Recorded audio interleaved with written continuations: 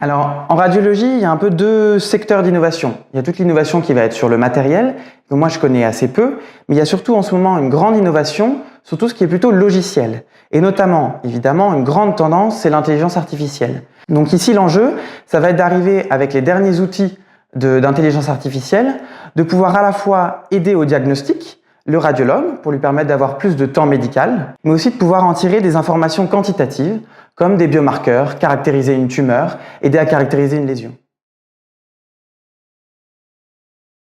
Les liens se renforcent, je pense, entre ingénieurs et radiologues.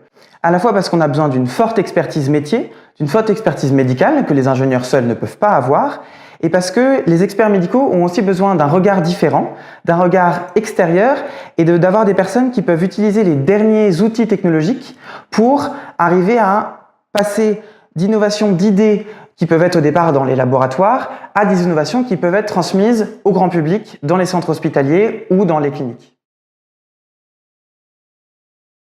Alors l'intérêt pour un ingénieur de venir aux Journées francophones de radiologie, c'est déjà de pouvoir être à la pointe des dernières innovations, de suivre à la fois les innovations technologiques et aussi scientifiques dans le domaine de la radiologie.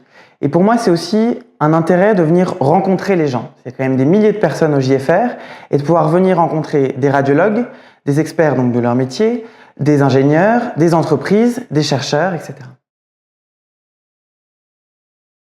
Pour ma part, je vais être très impliqué dans le Data Challenge qu'on organise pendant ces journées.